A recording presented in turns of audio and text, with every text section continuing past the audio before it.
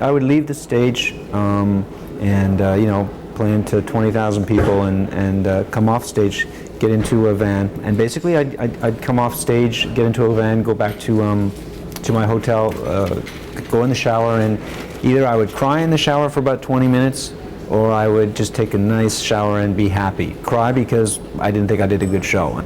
You know, a lot of times I felt that there was so much screaming, and I know they were excited to see me, but I felt, you know, that there was a disconnect for me between the screaming and the musical part, and I couldn't focus on the music, so I felt I didn't perform properly.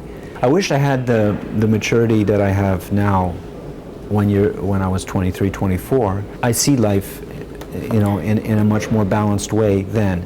I mean, now than I did then. It was just such a whirlwind. There's many emotions and memories of that time that I feel bad about. I grew up without a dad, and we had, you know, 99, the birth of our third daughter, and I looked at Julie and I said, I can't do this anymore because we're taking the kids out on the road and it's not a normal life. You can't do music, acting.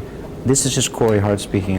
There's only 24 hours in a day, and in that 24-hour period, when you're doing what we do, it's a lot of it is eaten up with self-centered, egocentric focus on your career, which is required. You can't be thinking about if your child needs, you know, Frosted Flakes tomorrow. And it was breaking my heart. I wanted to do it 24/7. I wanted to be there every day.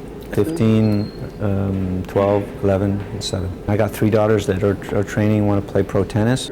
When India, our firstborn, was a little baby, when I was recording the album that I recorded, my first album with Sony, that had Black Cloud Rain and 3rd of June, those songs like that.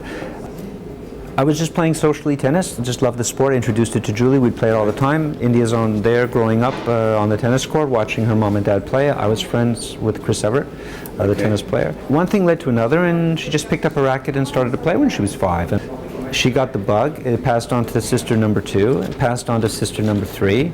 And finally I put my foot down when my son was born. I said, forget it, he's not playing tennis. If any of the kids have the gene from mom and dad for music, I think he's the one that has it. He's into it. He's just keeps, you know, singing urgent, and he's just, you know, I feel him moving to the music in a way that I see the way I used to do it. Because I found it when I was around 7 or 8. I knew that's what I wanted to do. Music is me.